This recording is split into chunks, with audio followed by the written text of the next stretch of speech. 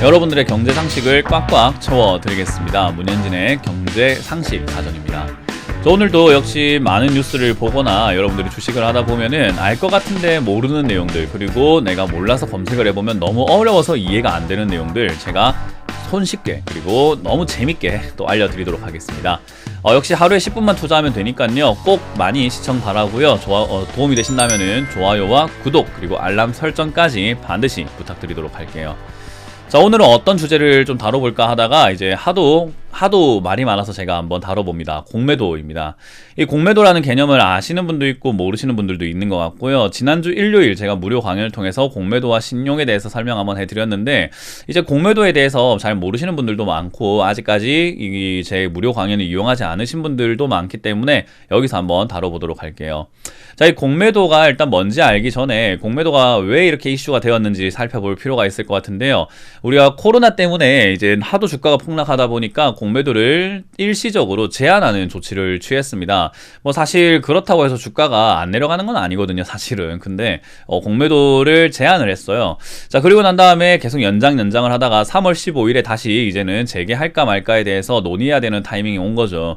사실 재개하기로는 되어 있는데 이제 그런 부분들을 공매도가 없으니까 우리나라 지수가 이만큼 올라왔다 하는 그런 시각들이 많은 것 같아요. 그래서 이제 공매도가 재개가 되는 것을 찬성한다 24%, 반대한다 60%로 반대가 더 많죠. 그래야지 올라갈 것이고, 올라가게 되면은 우리가 돈을 많이 벌지 않겠느냐, 뭐 그런 시각인 것 같아요.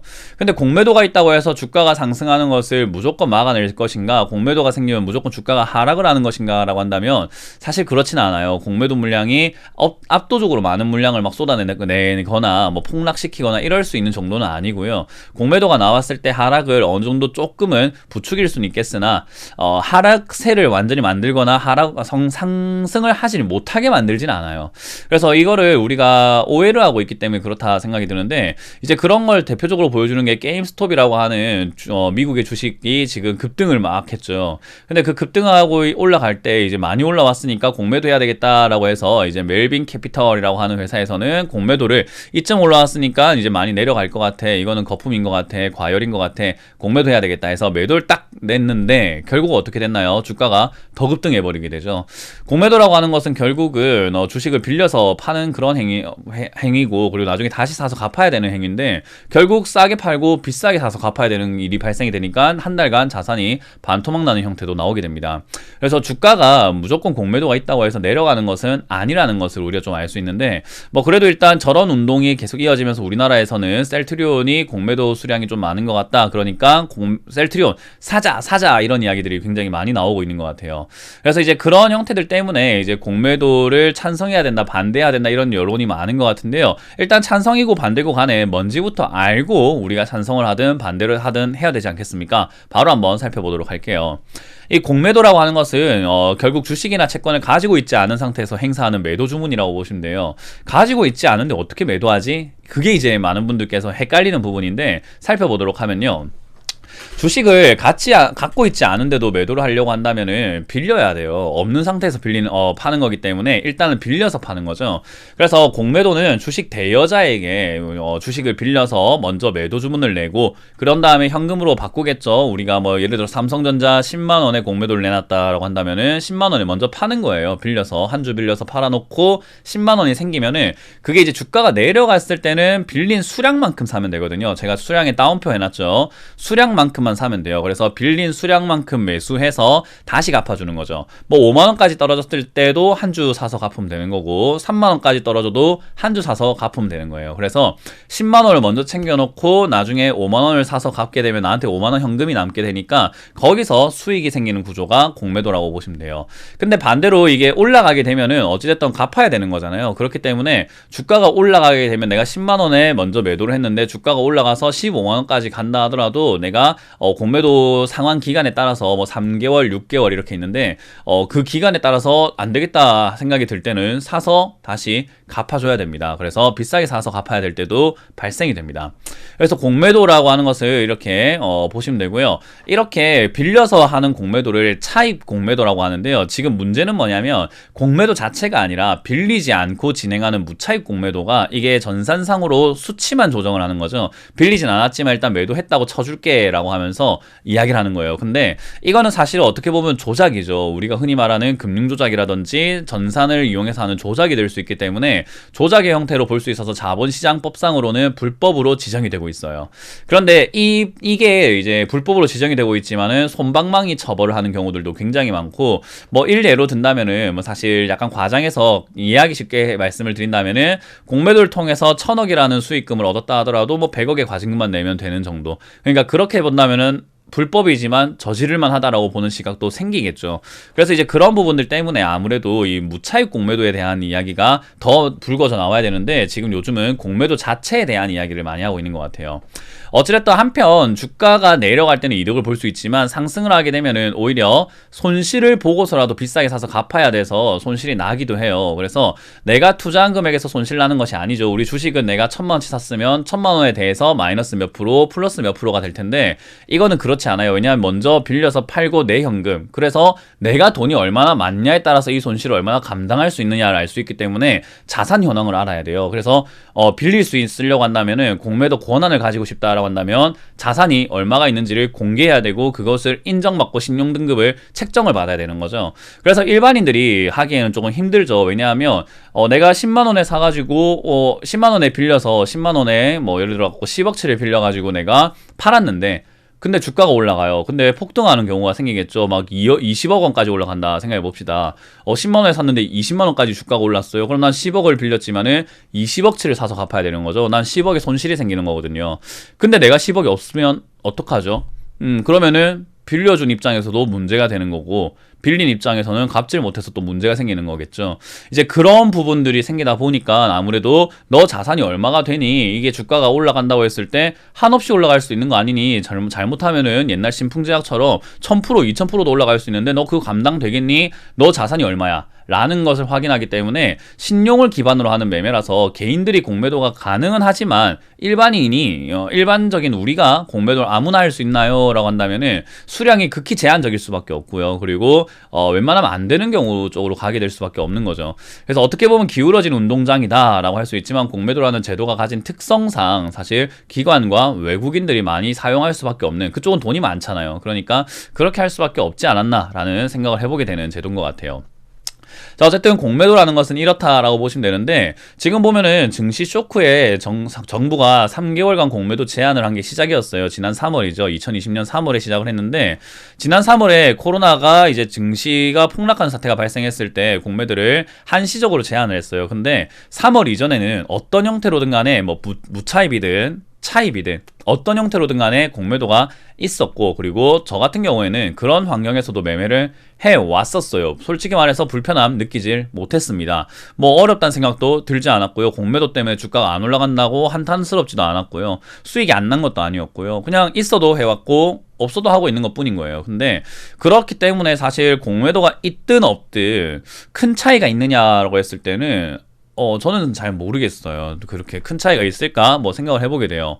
근데 이제 공매도라고 하는 것이 시장의 효율성에서 봤을 때는 순기능이 더 크다라고 하는 이런 찬성파 쪽에서 이야기를 들어보게 되면은, 아무래도 주가가 올라가기만 하는 것은 초보 입장에서는 바라죠. 주가가 그냥 끝없이 상승했으면 좋겠다. 삼성전자 100만원, 막 1000만원, 2000만원, 비트코인처럼 4000만원, 6000만원 그냥 날아갔으면 좋겠다 생각이 드는데, 그런 입장에서 본다면 공매도가 악질적인 정책이라고 생각을 할 수는 있어요. 매도가 나와서 주가를 못 올라가게 만들어, 내가 수익 보고 싶은데 못 올라가게 만드는 정책이야 라고 생각할 수는 있지만, 사실 이제 공매도라고 하는 것은 단점이 있긴 해요. 무차익 공매도와 같은 이런 불법이 존재한다라는 거, 그런 거가 단점이긴 하지만 반대로 장점들이 굉장히 많아요. 특히나 보통 떨어질 수 있는 종목에 공매도를 많이 하거든요. 그럼 떨어질 수 있는 종목에 해야 되기 때문에 급등을 많이 했다라고 싶은 종목, 이 정도 올라갔으면은 과열인 것 같다, 거품인 것 같다 싶은 종목에 공매도가 들어가거나, 악재가 발생을 해서 하락을 하고 있으니까 하락을 할 거라고 예상이 드는 종목에 공매도를 행사하는 경우가 있죠. 근데 아무 종목이나 공매도를 때려가지고 막 주가 떨어지게 하고 이런 일은 잘 발생되지 않습니다. 왜냐하면 주식 대여자라는 게 중요하다 했잖아요. 근데 우리 계좌를 보게 되면은 여러분들도 계좌를 처음 개설할 때 주식 대여 가능 또는 거부 이런 것들이 있거든요.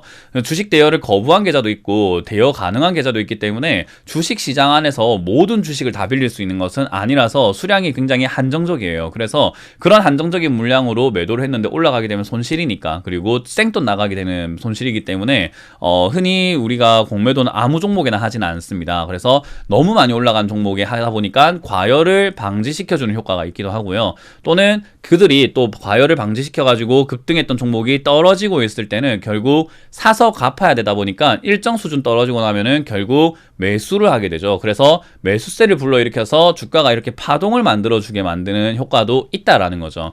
뭐 물론 단점들도 있기 때문에 장점만 옹호하면서 공매도는 지금이 맞아는 아닙니다. 공매도가 있어야 되는 건 맞는데 잘못된 부분을 고쳐야 되지 않겠니라고 논의가 돼야 되는데, 지금은 공매도를 그냥 무작정 금지시켜라 라는 형태로 가고 있어서 제가 좀 깝깝해서 이렇게 영상을 찍게 된 거죠. 공매도라고 하는 것은 저는 순기능도 분명히 있었다 생각을 하고 있고요. 지금과 같은 시장, 최근 코로나 이후에 1년 시장을 보게 되면요, 급등하는 종목이 더 가버리고 브레이크가 없는 시장이 돼버렸죠. 그러다 보니까 떨어지길 기다리는 입장과 그리고 샀다 팔았다 하는 입장에서도 샀다 팔았다 할 이유가 없구나, 그냥 가져가야 되나, 가져가게 되면 그냥 계속 급등하게 되나, 근데 떨어지게 되니까 변동이 너무 심하게 되고, 떨어지고 있는 종목은 브레이크가 없다 보니까 또 매수할 수 있는 공매도에서 결국 상환을 해야 되는데 상환하는 사람 없으니까 계속 이렇게 하락하는 경우도 생기게 되고요. 어떻게 보면 주가가 너무 좀 변동이 심해졌고, 그리고 좀 예측 불가능하게 너무 급등하거나 너무 폭락하는 사태들이 많이 일어나고 있는 것 같아요. 뭐 신풍제약 같은 경우에도 그랬고, 토탈소프트, 동신건설과 같은 그런 뭐 테마주들의 이상 급등 현상이 시장의 가치를 많이 훼손하고 있다 생각을 하거든요. 그래서 그런 부분에 있어서는 저는 어쩌면 공매도가 조금 있어도 좋지 않을까 생각을 하고 있고요. 일각에서는 공매도가 없었으면 3,000포인트 못 갔다라고 하는데 저는 그렇지는 않다라고 봅니다. 3,000포인트는 역사상으로 그냥 한번 가야 됐던 자리라고 생각을 하는 거고, 이 정도의 변동성이라고 한다면은 유동성으로 올려낼 수 있었던 힘이었던 거지, 공매도가 없었다고 해서 안 갔을까? 아닙니다. 저는 형태가 좀 달랐을 거라고 봐요. 공매도가 없었기 때문에 삼성전자, SK하이닉스, 현대차, LG그룹들, 그런 종목들만 가지고도 급등을 시켜서 팔 사람들이 없으니까 계속 급등시켜서 그 대형주로만 지수를 끌어올렸다라고 생각을 하는데요. 만약에 공매도가 있었다라고 한다면은 뭐 결과론적으로 일어나지 않은 일이라서 추측을 한번 해본다면은 아마 삼성전자든 SK하이닉스든 LG 뭐 이런 현대차와 같은 대형주로만 포진돼서 지수가 올라간 게 아니라 조금은 좀 분산돼서 골고루 올라가지 않았을까라는 생각을 해보는 거죠. 그래서 저는 공매도가 있어도 그만 없어도 그만이라고 생각을 해요. 어차피 있었던 시절에도 매매했었고 없는 시절에도 지금 하고 있기 때문에요. 그래서 뭐 금지보다는 사실 좀 불법적인 내용들에 대해서 추징금을 좀 과하게 많이 때리고, 그리고 깜빵에도 좀 집어넣고 뭐 그렇게 돼야 되는 것은 아닌지, 그리고 뭐 개인들에게도 허용을 한다라고 하는데 개인들에게도 허용하는 것도 맞는 거죠. 근데 역시나 개인들이 뭐 올라가는 것도 맞추기 힘든 상황에서 내려가는 것도 맞추려고 한다면 그게 손실이 2배가 될 수 있다는 것은 충분히 알고 인지하고 해야 되는데, 이제 그런 부분들까지 잘 논의가 돼야 되지 않나라는 생각이 듭니다. 그래서 이런 정책들을 어떻게 봐야 되는 것인가 라고 한다면은 저는 이렇게 봐요. 모든 정책에는 분명 장점과 단점이 존재한다고 봅니다. 정책이 다 그런 거잖아요. 그러니까 정치 싸움을 하는 거고 사람들마다 찬반이 있는 거고. 그런데 어찌됐든 이렇게 찬성과 반대로 이렇게 나뉜다라고 했을 때는 저는 이렇게 생각을 합니다. 장점도 있을 것이고 단점도 있을 것인데, 무조건 이거를 장점이고 뭐고 단점이고 뭐고 일단은 금지하자, 빼자, 없애자라는 게 아니라 에라이 치우자, 이게 아니라 야 그럼 이게 지금 이게 문제니까 이 문제를 좀 해결하는 게 좋지 않겠니? 요거는 장점이라고 하니까 내 돈 얻는데 이게 너무 이렇게 오바스럽지 않도록 우리가 조금 보완을 하자 형태로 가는 게 어떨까 싶어요. 뭐 남녀 사이에도 대화를 하고 있는데 야 이걸 어떻게 할까? 요거를 우리가 사게 되면 이렇게 될 수 있을 것 같고 저걸 이렇게 하는 게 좋을 것 같은데 어떻게 하는 게 좋겠니? 에라이 씨 그냥 뭐 귀찮아 그냥 다 때려 치워, 이렇게 될 수는 없는, 대화가 안 되는 거잖아요. 저는 장점과 단점을 보면서 일단은 장점 중에서 너무 과하다 싶은 거는 조금 빼고, 단점 중에서 너무 안 좋다고 싶었던 단점들을 보완을 하는 형태로 제도 개선으로 가야 되지 않나라는 생각이 듭니다. 그래서 실제로 공매도가 문제가 되는 것은 개인에게도 허용이 되는 것인가 아닌가에 대한 문제와 불법 공매도에 대한 이야기가 주 내용이기 때문에 사실 사실 공매도 금지가 지금의 논의 과제가 되는 것이 아니라 개인에게 허용을 어느 정도까지 해줄 것인가와 불법 공매도에게 어느 정도까지 처벌 수위를 높일 것인가에 대한 문제가 정확하게 논의가 돼야 된다 생각을 해요. 그래서 이제 그런 부분들이 저는 맞다라고 보고요. 사실 저는 개인적으로 아까 말씀드린 것처럼 공매도가 있었어도 매매하는데 어려움은 진짜로 없었습니다. 그래서 주가는 올라가기만 하는 게 아니라 자연스럽게 떨어지기도 해야 흐름이라는 게 생기는 거고, 그 흐름을 이용해서 매매를 할 수 있는 거거든요. 근데 지금은 그 흐름이 많이 훼손되었고, 오히려 기업의 가치가 정말 좋지 않음에도 불구하고 과한 급등을 해서 과열 단계에 올라간 종목들, 그런 종목들이 급등해놓고 폭락을 해서 많은 개인 투자자들에게 피해를 주는 사태들, 그런 것들이 많기 때문에 사실 저는 공매도가 문제는 아닌 것 같다라는 생각을 해요. 그래서 여러분들도 한번 곰곰이 생각해 보시면 좋을 것 같다 생각이 들고요. 그래서 저는 결론적으로 말씀드리면 공매도 자체의 금지 여부보다는 제도 보완이라든지 개선이 좀 더 시급한 문제라고 생각하기 때문에 여러분들도 찬찬히 한번 생각 잘 해보시고, 저와 생각이 같으신 분도 있을 거고 같지 않으신 분도 있을 거예요. 같지 않으신 분들도 반대 입장을 하시기 전에 일단은 어떤 것들이 장점이고 어떤 것들이 단점인지, 장단점을 따져봤을 때 어떤 게 더 좋아질지, 외국인들의 자금 이탈이라고 하는 부분들도 굉장히 큰 단점이기도 하거든요. 공매도 재개가 금지되었을 때요. 그래서 이제 그런 부분들까지 생각을 해볼 때 정말 금지가 맞다면 없는 대로 해야죠. 근데 그게 아니라고 한다면은 저는 제도 개선이 좀 일어났으면 좋겠다. 그리고 공매도가 있었던 시절이 매매가 좀 더 쉬웠던 것 같다 생각이 들기 때문에 오히려 저는 공매도가 있는데 오히려 제도 개선 돼야 되지 않나, 그렇게 보는 주의라고 보시면 되겠습니다. 자, 어찌됐든 찬성과 반대가 있기 때문에 특히나 개인 투자자 입장에서는 저처럼 찬성하는 사람의 입장을 들어보면은 에이 저 나쁜 놈 이렇게 생각할 수 있어요. 그러나 저는 없던 시절에도 매매가 더 잘 되었다, 매매가 오히려 패턴들이 더 쉬웠다 생각을 하기 때문에 오히려 여러분들이 공부만 한다면은 솔직히 공매도가 있든 없든 별로 상관없다 생각을 합니다. 그래서 이제 그런 부분을 기억하시면서 한마디로 정의한다면은 이 세상에 완벽한 법은 없습니다. 그렇기 때문에 완벽한 법을 만들려고 하는 것보다는, 또는 그거를 치워버리기보다는 완벽이 아니더라도 모두에게 조금 더 합리적인 방향으로 조정을 하고 뭔가 개선을 해 나가는 법이 맞는 게 아닌가, 그렇게 우리가 가야 좀 더 사회가 발전할 수 있지 않을까, 그런 생각을 해보게 되네요. 자, 어찌됐든 여러분들도 공매도가 무조건 좋다, 무조건 안 좋다라는 쪽에 편향돼서 생각하지 마시고 한번 곰곰이 생각해 보신 다음에 여러분들의 의사를 자유롭게 표시를 하시고 반대를 하시든 찬성을 하시든 여러분들의 자유라는 거 기억을 하시면 좋겠습니다. 자, 어찌됐든 공매도 여러분들이 확실하게 이해가 되셨으리라 생각이 들고요. 더 자세하게 알고 싶다 하신다면은 무료 강의를 이용해 보신다면은 제가 더 자세하게 알려드리니까 많이 배우시길 바라겠습니다. 자, 이렇게 오늘 공매도 한번 다뤄봤고요. 이렇게 말도 많고 탈도 많은 이런 시기에서 매매하고 있는 우리가 참 대단하다 생각이 듭니다. 어찌됐든 지나가야 되는 시기이기도 하고요. 이런 이슈가 있든 저런 이슈가 있든 우리는 그냥 그걸 사태를 이해하고 우리 돈만 벌면 되기 때문에 있으면 있는 대로, 없으면 없는 대로 잘 합시다. 우리 최선을 다하면서 매매를 하게 되면은 있어도 그만, 없어도 그만이 되니까요. 열심히 매매하시길 바라겠습니다. 이렇게 마쳐보도록 할게요. 지금까지 문현진의 경제 상식 사전이었습니다. 고맙습니다.